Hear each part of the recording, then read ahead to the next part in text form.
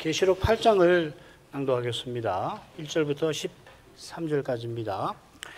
일곱째 인을 떼실 때 하늘이 반시 동안쯤 고요하더니 내가 보매 하나님 앞에 시위한 일곱 천사가 있어 일곱 나팔을 받았더라.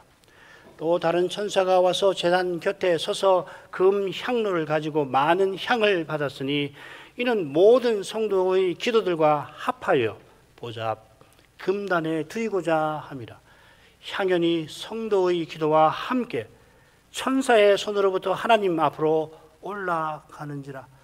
천사가 향로를 가지고 단 위에 불을 담아다가 땅에 쏟으매 뇌성과 음성과 번개와 지진이 나더라. 일곱 나팔 가진 일곱 천사가 나팔 불기를 예비하더라.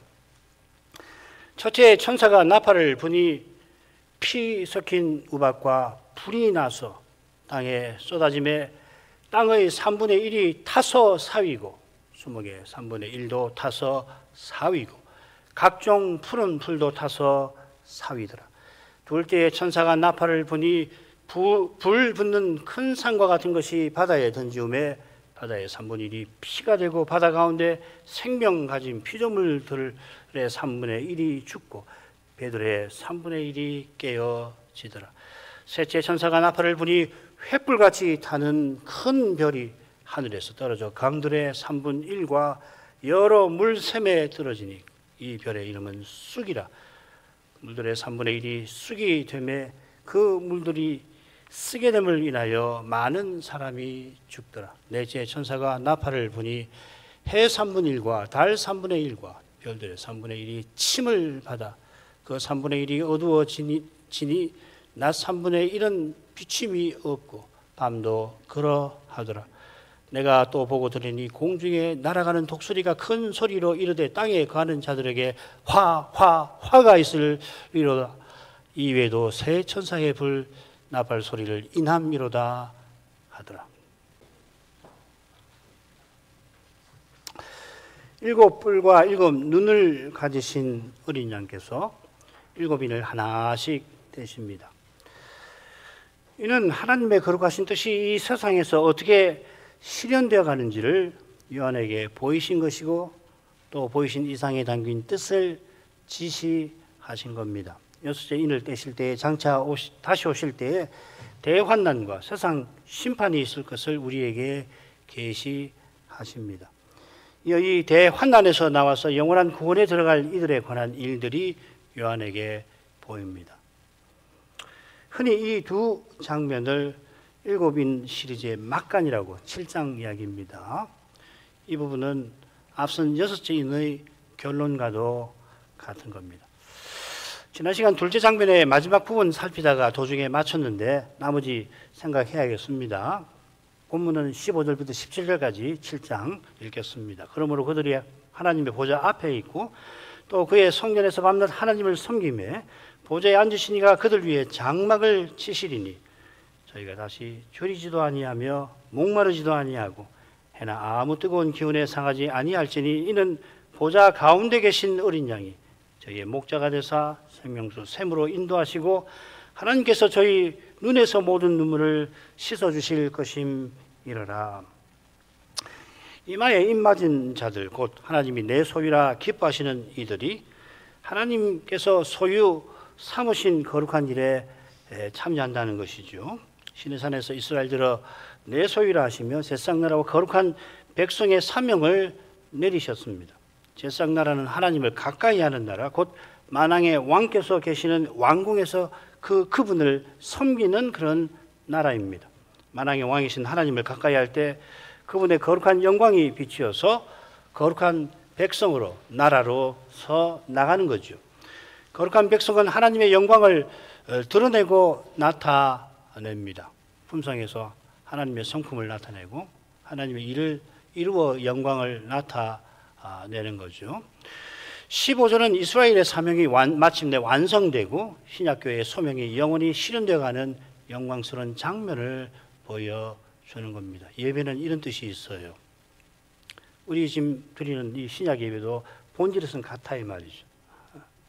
이걸 단순히 종교 행위로 교회의 어떤 일의 일부로 축소시키는 것은 큰 교훈을 놓치는 겁니다. 우리 교회는 이거 수십 년을 그걸 배워왔는데 다시 반복치 않겠습니다. 이 장면의 실로 영광스러운 점은 하나님께서 우리 위에 장막을 치시는 데 있습니다. 하나님께서 주의 날개 아래 백성을 모아 보호하셨듯이 장차는 하나님의 거룩한 영광, 특별히 그 사랑의 영광 가운데 영원히 감사해 주실 것입니다. 이것이 바로 우리 주님께서 아버지의 사랑 안에 거하시듯이 우리가 주님과 아버지의 사랑 안에 거하는 바로 그것입니다. 다락방 광화에서 이 위대한 말씀을 한가운데서 말씀하셨죠. 15장 참 포도나무 그 비사의 핵심이 여기 있는 겁니다. 이런 내용에 비추어 다시 줄이지도 아니하며 다시 목마르지도 아니한 상태를 이제 살펴보십시다. 이 상태는 하나님의 사랑 안에 거하실 것과 딱 붙어 있겠습니다. 하나님께서 지금 여기서 먹을 것과 마실 것을 우리에게 주시는데 우리가 하늘의 하나님께로 영원한 하늘로 나아가라고 주시는 거죠. 먹을 거 마실 거 이게 날마다 주시는 모든 선한 것을 대표하는 거 아닙니까? 지금 우리의 삶이 이스라엘이 광야 길을 걸어가는 것과 비슷하다 하는 거죠. 이스라엘이 그거 두려운 광야를 걸어가면서 해나 뜨거운 기운에 상할 위험이 실로 심각했습니다만 여호와께서 구름 기둥을 독수리 날개 펴시듯이 그들 위에 쫙 펼치셔서 뜨거운 사막의 열기에서 보호해 주셨습니다. 그처럼 만나 그리고 반석의 샘물로 그들이 줄이거나 목마르지 아니하게 하셨습니다. 이건 결국 사람이 떡으로만 사는 것이 아니요 하나님의 입에서 나오는 모든 말씀으로 산다 하는 이 진리를 터득하게 하신 것이죠. 이게 무슨 말입니까? 하나님께 말씀을 듣고 하나님께 말씀을 들으며 살게 하신다 하는 겁니다. 이게 사랑의 교제이고 이게 없이 온갖 좋은 거 다 갖고 있으면 뭐 하겠어요? 그런 천국은 존재하지 않습니다. 검으로 치장되고 하나님과 사귐은 뒷전이고 검으로 치장되어서 큰 저택을 하나 받아갖고서 거기서 호의호식하고 병들지 않고 그게 천국, 성경이 말하는 천국 아니에요. 이 세상 종교에서 나오는 낙원, 천당 같은 거겠죠. 천국이 천국인 것은 하나님과 이런 사랑의 교통을 하는 것, 삼위 안에 있는 영원한 사랑의 교통에 다가가는 것이라고요. 이게 우리가 늘 고백하는 삼일체 핵심 아니에요? 삼일체, 삼일체, 삼일체 그렇게 이야기하는데 그게 뭡니까? 성경에서 가르친 그렇게 믿죠. 그렇게 하고 말 것이 아니라 삼일체를 왜 고백하는가? 예, 하나님 삼위일체시니까 고백하는 건데 고백한다는 것이 뭡니까? 아뢰는 거죠. 삼위의 말씀을 듣는 거예요. 영광을 보는 거예요. 그 영광에 반응하는 겁니다. 그것이 찬송이고 기도, 삶으로도 그렇게 하는 거고. 15절이 바로 그거예요. 섬긴다는 말이 그 말 아니에요. 이 교제가 삼위 안에 영원히 완전히 충만히 있습니다. 예, 금방 밑에는 제가 다 설명을 드렸습니다. 우리가 영원히 하나님께 다가갈 때 우리의 마음이 참된 만족과 기쁨을 누리는데 왜 그렇습니까? 하나님의 사랑만이 우리 마음을 채우는 거예요. 다른 어떤 것도 우리의 마음을 채우지 않습니다. 아무리 좋은 제품을 가졌다고 하도 잠시죠. 잠시 기쁨을 주지만 우리 마음을 채우질 못해요. 불행히도 그 기쁨은 바로 허망함을, 더 나쁜 욕망을 불러일으키지 않습니까?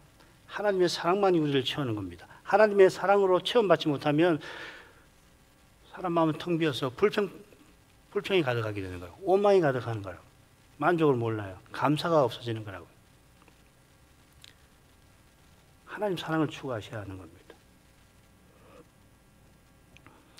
이런 복된 상태가 우리에게 틀림없이 임할 텐데 그 이유가 17절에 나옵니다. 보좌 가운데 계신 어린 양. 어린 양께서 보좌 가운데 계신다 하신 것은 아버지와 함께 보좌에서 다스리시는 그것이겠죠. 영어 번역 보시면은 몇 가지로 했습니다. In the middle of, at the center of, among 여러 가지 하는데 핵심이 뭔가 바로 이 점이라고 말씀드리는 겁니다. 이것이 어린 양께서 우리의 목자 되심과 붙어 있습니다. 이 목자 되심이라고 하는 것은 목자라고 하는 말에서 나온 혹은 그 명사가 나온 동사를 번역한 겁니다. 동사를 목자가 되심이라고 번역을 했습니다. 이 낱말이 계시록 이곳 말고 세 군데 나오는데 세 군데 희한하게 똑같은 주제를 다룹니다. 철장으로 만국을 다스린다 이렇게 번역을 해놨습니다. 철장으로 만국을 거기서는 다스린다 이렇게 번역을 했습니다. 도아디라 서신에서 이 낱말은 이기는 자에게 주시는 약속이죠. 이기는 자는 주님처럼 철장으로 만국을 다스릴 겁니다. 우리가 주님의 심판에 참여하게 하신다는 겁니다. 자, 그런 다음에 주님은 영원히 우리를 먹이시고 마시우실 겁니다. 그래서 생명수 샘물로 인도하신다. 우리를 마시우신다는 거잖아요. 그러니까 여기서 목자 되심은 우리를 먹이시는 것이라고 번역하는 것이 좋아요. 왜 이렇게 번역해야 되는가 하면은 부활 후에 예수님께서 베드로에게 나타나셔서 세 번 네가 나를 사랑하느냐 물으시고 내 양을 치라 먹이라. 두 번은 치라고 말씀하시고 세 번은 먹이라고 했는데 이 먹이라는 말이 같은 낱말입니다. 아시겠죠, 그죠? 게다가 앞에 줄이거나 목마르지 않게 하신다는 것하고 짝을 이루잖아요, 그죠? 그렇게 해서 여기서는 목자가 되신다 할 때에 먹이시는 거구나.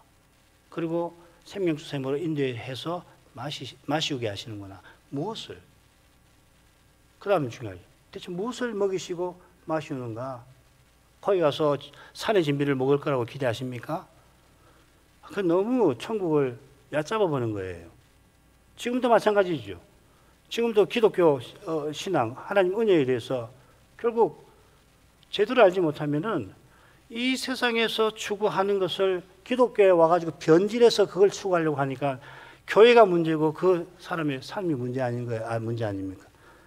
C.S. 루이스라는 변증가가 그는 빗댔지요. 하나님께서 우리에게 주시는 은혜는 마치 대서양 그 어마어마한 그 해변가에 가서 그 화창하고 밝은 빛이 비치고 대양의 물결이 찰랑찰랑하는 거기서 멋진 이 자리를 펴놓고 음식을 차려가지고 먹으면서 헤엄도 치고 그렇게 하라고 하셨는데 정작 그런 건 전혀 모르고 런던 뒷골목 비 오면은 그 시궁창 같은 데서 물이 튀겨가지고 진흙이 있는데 그 진흙 이기면서 이거 밥 만들고 이거 반찬이고 소꿉놀이 하는 것 같다는 거예요. 여러분이 대체 평생을 쏟아서 그리스도를 믿는 이유가 뭡니까? 목적이 뭡니까? 왜 그리스도를 믿게 하셨습니까? 왜 하나님은 자기 아들을 십자가에 못 박히게 내어주셨습니까? 무엇 때문에? 알량하게 자기 영광, 자기 세상 행복 추구하라고 그렇게 하셨겠습니까? 결코 그렇지 않단 말이죠. 여기서도 마찬가지. 대체 뭘 먹이시고 뭘 마시게 하시는가? 그 답이 생명수 샘에 있는 겁니다. 그건 좀 이따 생각하고요.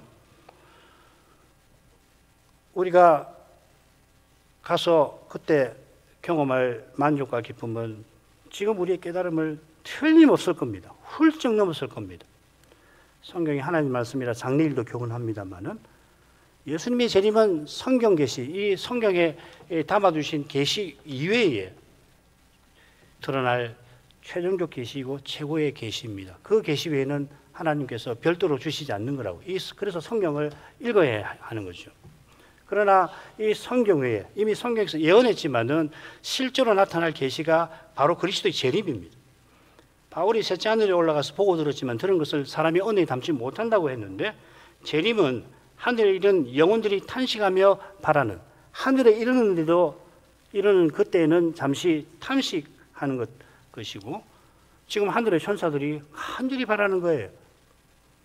천사들이 아는 만큼 간절해질 것처럼 우리가 주님을 배울 때 그 영광의 주님을 배울 때에 한없는 만족을 누리는 동시에 더없이 주님을 바라게 하실 겁니다. 이게 기독교회예요. 지금 여기서도 이걸 바라야 하는 거라고. 이걸 안 바라면 뭘 바랍니까? 결국 자기 욕망을 기독교 이름을 붙여서 실현하는 것으로 만족을 추구하고 마는 거란 말이죠. 어린 양께서 우리를 인도하시는 생명수 샘이 21장에 더 나오는데 뭐 이거 다 요약해서 말씀을 드리죠. 여기 이 계시록에 보면 생명, 영원한 생명을 생명수, 샘, 그 다음에 생명나무, 또 뭐가 있죠? 생명책, 뭐 이렇게 다 똑같은 겁니다. 그게 다 결국 본질에서 같은 겁니다. 그 본질이 뭐냐면 한가운데 보십시오. 이 생명의 성격과 본질이 내가 생명이라 하신 말씀에 잘 드러납니다. 동시에 그리스도께서 생명이시라 하시고, 동시에 그건 뭐냐? 초막절에 누구든지 목마르거든 내게 와서 마시라. 나를 믿는 자마다 성경의 이름과 같이 그 배에서 생수의 강이 흘러나리라. 이는 그가 받을 성신을 가르쳐 말씀하신 것이다. 주님이 성신을 주시는데 성신이 그리스도의 영으로 내주하시는 그거죠. 그래서 그리스도께서 그 성신을 우리 안에 내주하시는 것이 이 생명의 본질이란 말이에요. 갈라디아서 2장 20절. 내가 그리스도와 함께 십자가에 못 박혔느니 그런즉 이제는 내가 산 것이 아니요 오직 내 안에 그리스도가 사신 것이다. 이게 지금 요한이 말하는, 바울이 말하는, 모든 성경이 말하는 그 영원한 생명의 본질이란 말이에요. 그리스도, 그리고 그리스도의 영이신 성신. 그리스도를 믿었으면 그리스도의 생명을 받아야 해요. 그래서 내 안에 그리스도가 사시는 실정을 드러내야 한단 말이죠.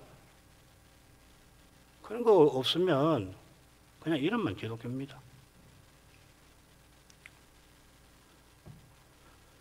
그래서 그리스도께서 믿는 자를 통해서 신이 자기를 드러내겠다 하시는 거 아니에요. 그게 은혜, 구원론의 핵심, 하나님의 은혜의 핵심이잖아요. 은혜를 획득해서 얻는 게 아니고 선물로 받는 거 아닙니까? 그처럼 장차 우리가 육신의 부활을 통해서 그리스도와 같아질 겁니다. 성신님은 대개와 같이 새하늘과 새 땅에 충만하실 겁니다. 그때 입는 우리의 몸을 성신적인 몸, 신령한 몸, 성신적인 몸이라고 부르는 이유이기도 합니다. 새하늘과 새 땅에 참된 생명, 영원한 생명이 충만할 것입니다. 어린 양께서 영원한 생명을 풍성히 주신다 하고 장로는 하나님이 저희 눈에서 모든 눈물을 씻어주실 거라 덧붙이십니다. 이것은 우리가 다시는 슬픔의 눈물을 흘리지 아니할 것을 물론 가리킵니다마는 지금 여기서 고난의 길에서 흘린 모든 눈물을 닦아주실 거라 강조할 겁니다. 시편에 보면 하나님께서 우리의 눈물 방울 하나하나를 그 병에 담아두신다 하는 표현이 있지 않습니까? 주님이 주님의 남은 고난에 참여하는 우리를 이미 불쌍히 여기십니다. 이런 사랑을 장차 온전히 깨닫게 될 때 저는 주님을 배울 때 눈에서 눈물이 펑펑 쏟아질 것 같아요. 너무 기뻐서 뭐 슬픔이고 괴로움이고 삭살아지게 하시겠습니다만은 저는 그런 생각이 듭니다. 그 눈물을 닦아주시면서 거룩한 사랑의 영광을 쏟아부어 주시겠죠.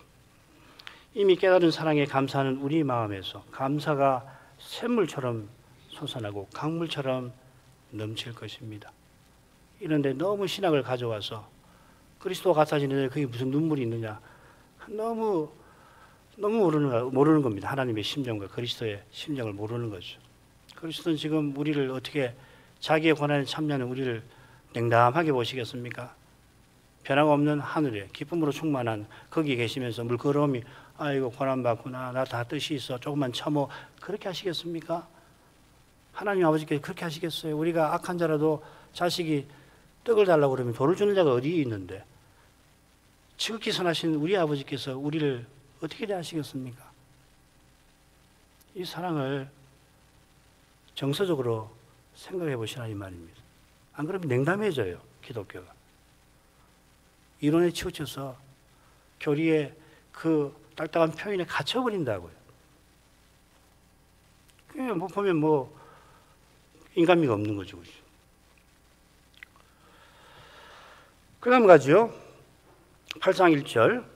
일곱째 인을 떼실 때에 하늘이 반시 동안쯤 고요하더니. 자, 이 장면은 바로 둘째 문장으로 넘어갑니다. 이 장면은 막간의 둘째 장면과 관련되고 이어지는 셋째 성소 이상과도 그러합니다. 두 이상 장면이 모두 하늘 성소에 관한 건데 7개가 우리 나눴죠. 일곱째 인을 떼실 때 일곱째 인을 떼실 때에 여기 하늘이 역시 하늘 성소를 가리키겠죠. 지상 성소는 하나님의 발등상인 언약궤가 있는 지성소와 하나님의 생활 생활 공간인 성소와 바깥 뜰로 이루어져 있습니다만은 계시록의 하늘은 또 히브리서의 하늘도 하나의 공간으로 우리에게 제시되는 것 같습니다. 이는 어린 양께서 승천하셔서 보좌 가운데 계시는 사실과도 붙어 있을 겁니다. 바로 앞에 둘째 장면에서는 구원이 완성되어 성도와 천사들이 큰 소리로 찬송을 해서 하늘 성수가 울리게 하는데, 이 장면은 어린 양의 재림 후 하늘의 모습이겠죠. 그때 하늘은 고요할 이유도 틈도 없습니다. 썩지 아니하고 강한 몸, 신령한 몸을 입은 우리가 밤낮 쉬지 않고 하나님을 섬길 것이니, 특히 찬송할 것이니 하늘이 조용할 리가 없을 겁니다. 조용해서도 안 될 겁니다. 여기 이 고요라는 말은 번역이 나쁘진 않습니다만 특별히 말소리가 들리지 않는 상태를 표현하는 겁니다. 말이 없는 겁니다. 쉿 하는 말이거든요. 이 시계라는 말인데 쉿이라고 하는 말에서 만들어진 낱말이라고 그래요. 그래서 시계라고 헬라어로 이렇게 됐습니다. 따라서 일곱째 인을 떼시는 장면의 하늘은 재림 후 하늘이 아닐 겁니다. 그 하늘은 지금의 하늘, 당하신 어린 양께서 올라가신 그 하늘이고, 책 받으신 이후 지상에서 성도의 삶과 활동과 긴밀히 연결된 그런 하늘을 지금 이야기를 하는 겁니다. 이런 내용에 비춰서 하늘이 30분쯤 고요한 이 장면의 의미와 내용을 살필만 할 겁니다. 우선 이 장면은 여섯째 인의 장면, 셋째 성수 이성의 장면을 연결합니다. 비슷한 역할이 일곱째 나팔과 일곱 대접 장면에도 나옵니다. 일곱째 나팔 장면은 일곱째 인 장면과 조금 달리 좀 길고, 하늘에서 옛적에도 계셨고 시방도 계신 주 하나님께 감사하는 찬송을 담고 있죠. 그러니까 장차 오실 이라는 칭호가 상약됐습니다. 그러니까 이 칭호는 재림 이후에 하늘을 가리키는 표현입니다. 두 군데 나와요. 또 한 군데. 일곱 나팔 장면 다음에 넷째 하늘 성소 이상이 11장 19절인데 이어집니다. 일곱째 인 대접을 쏟은 다음에는 무려 2장에 걸쳐서 바벨론 심판에 관한 내용이 나오고, 여섯째 성소 이상 19장 1절부터 10절인데 그 이상이 이어지죠. 이처럼 계시록은 주님의 초림과 재림 사이의 역사와 재림 이후의 일들을 반복해서 교훈하는 겁니다. 우리의 줄거리는 7번의 반복을 제시하고, 많은 개혁파 신학자들이 계시록을 이렇게 똑같진 않지만 분석하고 가르칩니다. 반복되는 횟수만큼 뒤로 갈수록 재림과 그 이후의 일들에 관한 내용이 많아지고 그 내용이 깊어지는 경향이 있는 겁니다. 둘째로 30분 동안 하늘이 고요한 것은 이 셋째 성소 이상의 분향을 가리키는 것 같아요. 어린 양께서 7양을 떼신 것은 일곱째인 시리즈를 종결하시는 동시에 이제 셋째 성소 이상을 통해서 다시금 재림까지 역사가 어떻게 되어갈 것인지, 어떻게 경영하실 건지를 보여주겠다, 예고하시는 거라 생각하시면 됩니다. 자, 셋째 성소 이상으로 가죠. 줄거리를 보십시다. 머리말 2절입니다. 7 천사가 7 나팔을 받았다는 내용이고, 가운데 3절부터 5절까지 향연과 간구가 나옵니다. 그리고 6절로 가시면 7 나팔 받은 이 천사들이 부을 준비를 하는 장면, 아주 줄거리가 아름답죠, 그죠? 그러니까 가운데 대지상의 향연과 성도의 간구가 하나님께 올라가는 장엄한 장면이 나오고, 그 앞뒤로 7 천사가 나팔을 받고 부을 준비를 하는, 그러니까 그리스도의 간구와 성도의 간구가 7 나팔을 부는 일과 붙어 있다 이 말이겠죠, 그죠? 자, 그렇게 안 넘어가십시다. 이건 내용을 보는 것이 더 좋겠어요. 내가 봄에 하나님 앞에 시위한 7 천사가 있어 7 나팔을 받았더라. 어린 양께서 마지막 인을 떼시고 잠시 하늘이 조용하더니 요한이 다시 이상을 봅니다. 보여주시는 거죠, 그죠? 그리고 혹은 그러자 내가 보았습니다. 7 천사를 이렇게. 요한이 7 천사를 보는데 여기 그 7 천사라고 표시를 합니다. 여기 두 가지 가능성이 있어요. 더 가능성이 있는데 명시한 이유가 뭘까? 그 내용을 썼는데, 아무튼지 이 7 천사는 특별한 사명받은 천사를 표시하는 것은 분명하다 하는 겁니다. 그 다음 넘어가죠. 이 천사들이 하나님 앞에 시위한 모습을 언급을 했습니다. 그런데 여기 시위라고 할 때는 왕을 모시고 호위하는 걸 시위라고 하는 거 아니에요. 원문에는 그냥 이 천사들이 하나님 앞에 서 있다 이렇게 되어 있습니다. 이것은 이 천사들이 그룹 천사들처럼 하나님을 모시는 모습보다는 하나님에게 사명을 받는 모습을 표시하는 것 같아요. 그러니까 뭐 시위하는 그 역할은 그룹이 맞죠. 7 나팔을 받았더라. 이 사명을 받는 거죠, 그죠? 7 천사가 하나님 앞에 서 있는데 하나님께서 어쩌면 어린 양께서 각각의 나팔을 주신 겁니다. 이게 수동태로 되어 있어 그렇습니다. 받았더라, 주신 바 되었더라 이렇게 되어 있습니다. 이런 걸 신학에서는 신학적 수동태라고 그럽니다. 하나님이 행하신 행위를 수동태로 그렇게 표현한 거다. 여기도 그런데 하나님 어쩌면 어린 양이 되실 수도 있겠습니다. 요컨대 이들의 사명은 나팔과 붙어 있습니다. 이들은 하나님의 지시에 따라서 나팔을 차례로 불 겁니다. 그리고 나팔을 불 때 놀라운 일들이 이상 중에 벌어질 겁니다. 비슷하게 7 천사가 7 대접을 쏟을 때도 그렇게 될 겁니다. 천사들이 나팔을 부는 것과 대접을 쏟는 것은 어린 양이 7 인을 떼시는 것과 비슷하죠, 그죠? 그런데 나팔하고 대접이 훨씬 더 서로 비슷한 구조로 되어 있습니다. 어린 양께서 인을 떼시는 것이 이상 중에서 일어나듯이 천사들이 나팔 부는 것도 마찬가지입니다.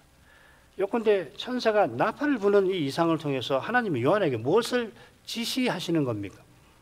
그 내용을 알기 위해서 계시록에서 나팔의 용도를 살필만 할 겁니다. 모두 6번 나팔이 나오는데 2번은 이 7 나팔을 가리키고 다른 2번은 첫째, 둘째 성수 이상에서 부활하신 주님의 음성을 표현하는데 나오죠. 그죠? 나팔 소리 같은 음성이라고 되어 있죠.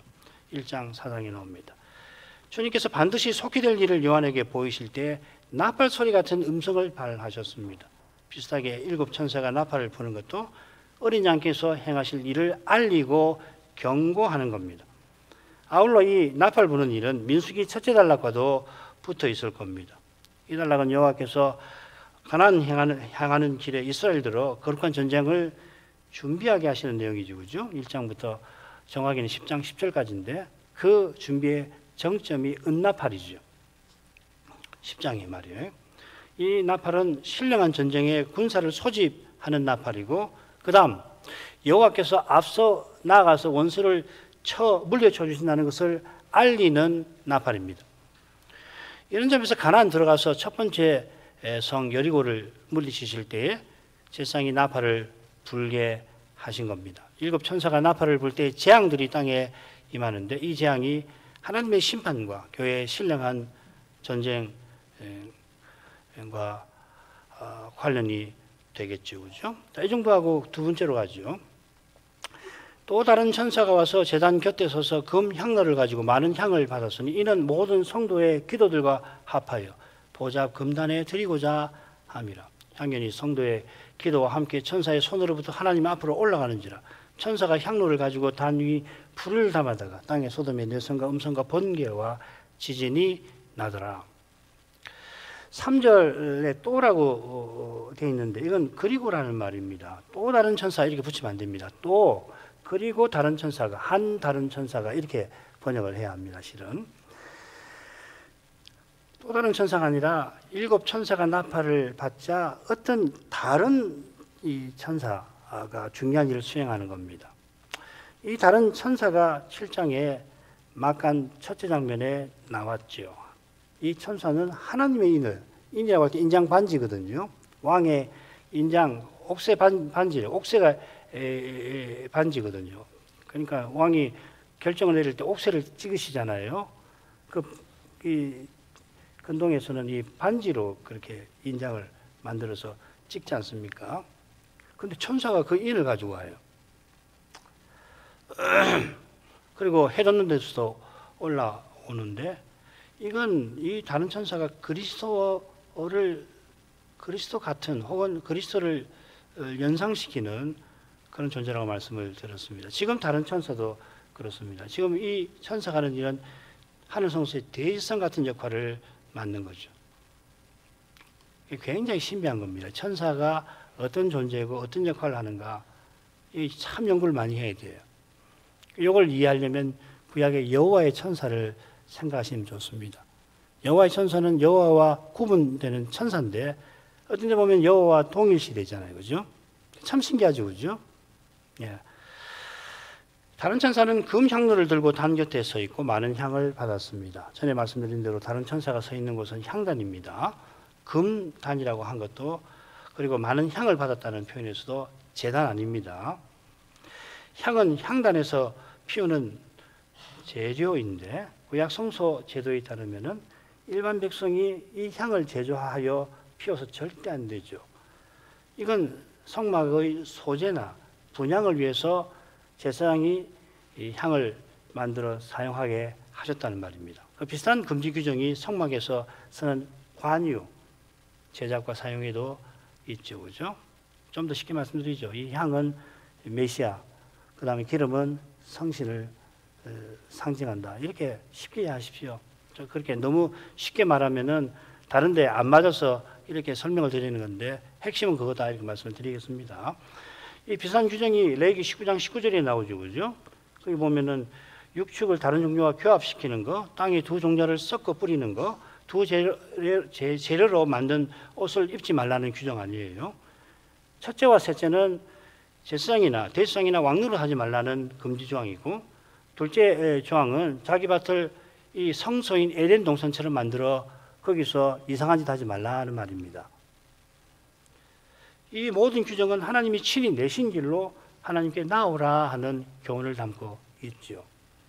구약 율법이 다 그리스도를 가리키는 겁니다. 놀랍습니다. 이건 이렇게 풀지 않고서 다르게 이야기해봐야 풀리지 않습니다. 그리스도를 찾으면은 이런 내용이 있구나. 찾아보면 다 나와요. 성경에. 그러니까 내가 길이요 진리요 생명인 나로 말미암지 않고는 아버지께 올 자가 없느니라. 우리 주님이 이렇게 분명하게 생생하게 아름답게 율법 규례의 본질을 교훈해 주시지 않습니까? 우리 종교의 핵심을 말씀해 주시지 않습니까? 나로 말미암아 아버지께 오라 하는 거 아니에요. 이게 믿음이고 은혜고 구원이고 창조의 목적이고 구속의 목적 아니에요? 인생의 목표 아니에요? 소위 이름은 대의문다 일문에 있는 것처럼 사람의 제일 되는 목적이 무엇입니까? 하나님을 영화롭게 하고 영원히 그를 즐거워하는 겁니다. 어떻게? 하나님을 향함, 하나님을 누림, 영광을 보고 즐거워하는 거란 말이죠.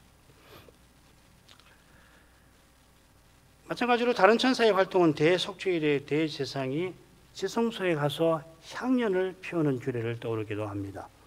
레위 제사장은 오실 메시아를 떠나서 여호와께 다가가지 못하지요. 레위기 16장의 내용이 바로 그거 아니에요. 어린 양께서 이미 십자가를 지시고 하늘에 오르신 덕분에 많은 향을 다른 천사에게 하나님이 주신 겁니다.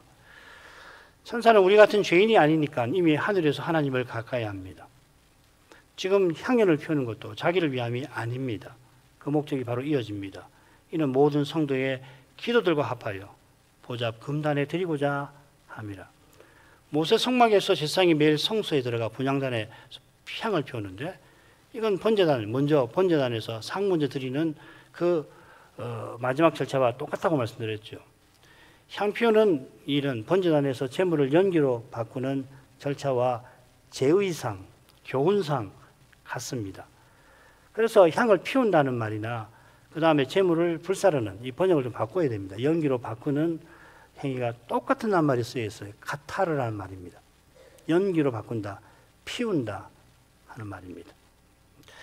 향과 연기는 가시적으로 영광 구름 속으로 올라가죠. 향을 피우고 번제단에 그 제물이 연기가 되면은 특별히 기름을 태우게 하셨잖아요. 기름을 태우면 연기가 확 일어나는데 그 연기가 어디로 올라가겠습니까? 성막 위에 독수리 날개처럼 쫙 펼쳐져 있는 영광 구름 속으로 올라가는 거라고. 그리스도께서 십자가 지시고 부활하셔서 승천하시는 거기서 성취되는 거 아니에요. 이런 아름다운 규례가 어디 있을까요? 메시아께서 자기 홀로 나가시지 않죠. 우리를 대표하고 대신하는 중보자로서 올라가셨습니다. 나로 말미암지 않고서는 아버지께로 올 자 없다 하셨으니 어린 양은 믿는 자마다 새새도록 하나님께 나아가시는 새롭고 산 길이 되어 주시는 거란 말이죠. 이 사실이 향연이 성도의 기도와 함께 천사의 손으로부터 하나님 앞으로 올라가는지라 하는 표현에 잘 드러납니다. 이 계시록 5장에 보면 24장로가 향이 가득한 금 대접을 갖고 있고 거기서는 이 향이 성도의 기도들이라고 했죠. 그죠? 5장에서는 향이 성도의 기도라고 했습니다. 여기서는 향연이 향으로 피운 그 연기가 구름이 성도들의 기도와 합하여 올라간다고 했으니까 여기서 향연은 그리스도의 간구를 보는 것이 좋습니다. 히브리서 7장 25절이죠. 우리의 기도가 오직 주님의 간구에 감사해서 아버지께 상달됩니다. 이는 오직 그리스도의 공로로 구원받는 것과 똑같은 겁니다. 근본에서 실질에서 같은 거죠. 이게 왜 똑같은지를 알아야 기도하는 것이 교회로서 특별히 기도하는 것이 얼마나 이게 중요한가 하는 것을 아는 거라고요. 이걸 모르면은 그냥 개인 구원이에요. 기도도 혼자 집에 와서 그냥 자기 일에 딱 갇혀가지고 구하는 거고 자기 일에 갇히면은 자기에게 갇히면 그 구하는 것이 빤하잖아요. 자기에게 갇히는데 자기에게서 나오는 게 뭡니까? 결국 이 썩고 부끄럽고 약한 문제를 스스로 해결해 보려고 하니까 썩지 않는 거, 세상 행복, 그다음에 권력, 명예 뭐 이런 거 구하는 거 아닙니까? 교회에서 기도를 드릴 수 있어야 돼요. 교회 기도를 드려야 혼자 기도할 때도 교회적 기도를 드리고 그 말은 그리스도의 간구를 드리는 거라고요. 그리스도의 이름으로 기도합니다라는 말이 그리스도의 간구를 겨냥하는 이야기 아니에요. 그 간구에 감사해서 내 기도가 올라가고 그래서 내가 그 그리스도를 통해서 아버지께로 영원히 나아가게 되게 해주시지 않는가요? 그거 아닙니까? 기도의 핵심이 이거거든요. 기도에서 하나님께 다가가는 거라고.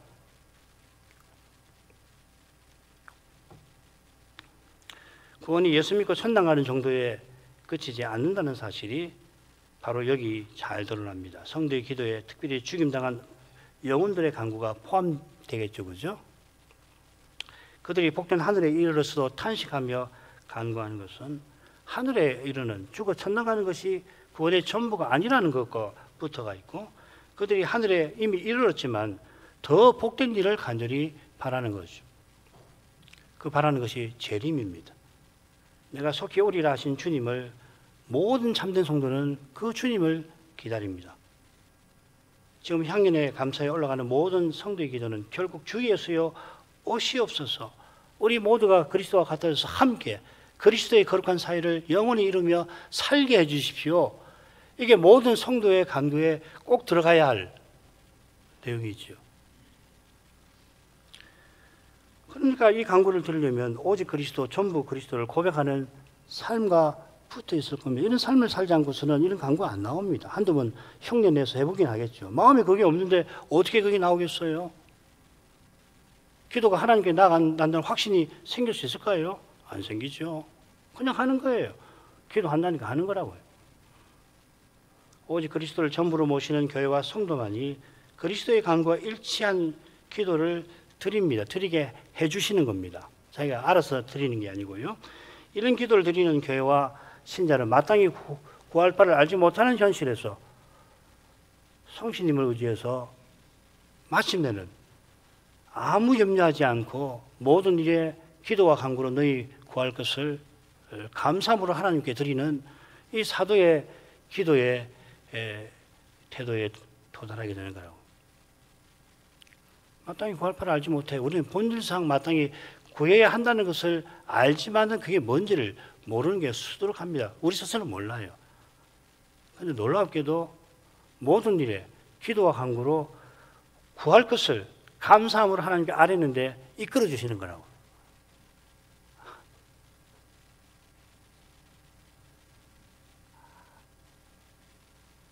감사함으로 아뢰는다는 것은 구하는 이것을 들으실 것을 확신하는 거죠. 그래서 처음에는 염려하는 겁니다. 아무 염려하지 말라는 말은 염려가 가득한 거예요. 바울은 날마다 모든 교회를 위한 염려에 이 영혼이 짓눌리며 산 사람입니다. 자기 이야기죠. 아무 염려하지 말고 염려를 주께 다 맡기고 모든 일과 온 교회 모든 일에 모든 교회에 대한 염려니까 이 교회 저 문제 저 교회 이 문제 그 모든 일에 구할 것을 성신님께서 알게 해주셔서 마침내는 감사함으로 아뢰는 거라고. 들으신다 틀림없이 하나님이 들으시면 기도한 목적이 이미 이루어진 겁니다. 그렇지 않습니까? 하나님 들으시면 주시는 것이 이게 목적이에요. 하나님 나를 알아주시는 거 아니에요. 들어주시는 거 아니에요. 그래 알았다 하고 그거 아니잖아요. 그래서 그 다음에 들으셨으면 반드시 이루어 주시는 거라고. 그게 바로 그 다음 나오잖아요. 천사가 향로에 단에 불을 담아가지고 땅에 쏟는 데서 확인이 되는 거라고. 천사가 땅에 쏟으니까 내성, 음성, 번개, 지진이 납니다. 일어납니다. 하나님이 성도의 기도를 들으셨다는 걸 말씀하시는 거라고. 기도하셔야 됩니다. 하나님 들으시면은 그건 처결해 주시는 거예요. 교회 어떤 분지도. 이 시대가 배도의 시대라 가지고 정말 교회 학교 서나가는 게 너무너무 얼마나 힘들고 더 어렵고 또 아주 몸으로 실감하실 텐데 마땅히 구할 것을 아래는 마땅히 구할 것을 어떻게 압니까? 내가 아버지를 내 형제들에게 선포하리이다 하신 그 서약에 비밀이 있는 거 아니에요. 예배에서 그리스도가 자기 아버지를 형제인 우리에게 선포해 주시면은 희한하게 마땅히 구할 것을 알게 된다니까요. 들으세요. 들으시면 원하시는데 원하시는 방식으로 이루시는 거라고. 하나님 이루시는 거라고. 특별히 지진은 심판을 암시하죠. 향로에 향을 담았던 천사가 불을 담아 던집니다. 심판을 가리키는 겁니다. 오늘 오후에 살필 처음 새 나팔에 이 불이 나올 겁니다. 그러니까 나팔 장면에 등장하는 재앙이 어떤 재앙이냐, 하나님의 심판으로서의 재앙이라는 것을 확인할 수가 있을 겁니다. 복잡하게 다 설명해 드리는데 그 이유가 있습니다. 그렇게 해야 그 다음에 나오는 얼마나 할 수 있을지 모르겠어요. 얼마나 어려운지 모르겠는데 하나씩 살펴가지고서 이 계시록을 배워가시면은 뜻이 있을 것 같아야 생각됩니다. 오늘 이만큼 하죠. 거룩하신 아버지 장차 보좌 가운데 계신 어린 양께서 저희 목자로서 먹이시고 영원한 생명을 마시게 하실 뿐 아니라 아버지께서는 우리 눈에서 모든 눈물을 씻어 주실 그 복스럽고 저희 형편 상태로 비춰서는 감히 송구하여 바라지도 못할 그 복된 순간을 말씀을 통해서 이제 바라보도록 이끌어 주십니다. 다시는 저희 눈에서 죄와 사망의 현실로 말미암은 이 슬픔, 괴로움, 외로움, 아픔의 눈물이 흐르지 않게 하실 뿐 아니라 지금 믿음의 길에서 흘리지 않을 수 없는 그 많은 눈물, 아버지께서는 그 수를 다 헤아려 주실 만큼 우리의 이 슬픈 마음을 이미 살펴주십니다. 울며 씨를 뿌려서 기쁨으로 단을 거두게 하시는 것처럼 고난의 가벼운 것을 통하여 영광의 무게를 이루어지게 하시오니 하나님 아버지, 이 우리 신앙의 이 신비를 꼭 맛볼 수 있게 하시옵소서. 그리하여 육의 몸에 썩고 부끄럽고 이 약한 것을 스스로 해결해 보려고 하는 이 어리석은 육신적 태도에 갇히지 말게 해 주옵소서. 주님의 영광을 예배에서 뵙게 하셔서 거룩한 감각을 얻음으로 사람의 힘과 꾀로 결코 행하지 아니하도록 특별히 주의 일을 행하노라 하면서 그 어리석은 태도를 취하지 않도록 주님 막아주시고 붙들어주시고 전심으로 성신을 의지해서 하나님께서 틀림없이 이루신다는 확신의 연을 갖고 무엇이든지 아버지 앞에 간구하게 해 주옵소서. 예수님 이름으로 기도합니다. 아멘.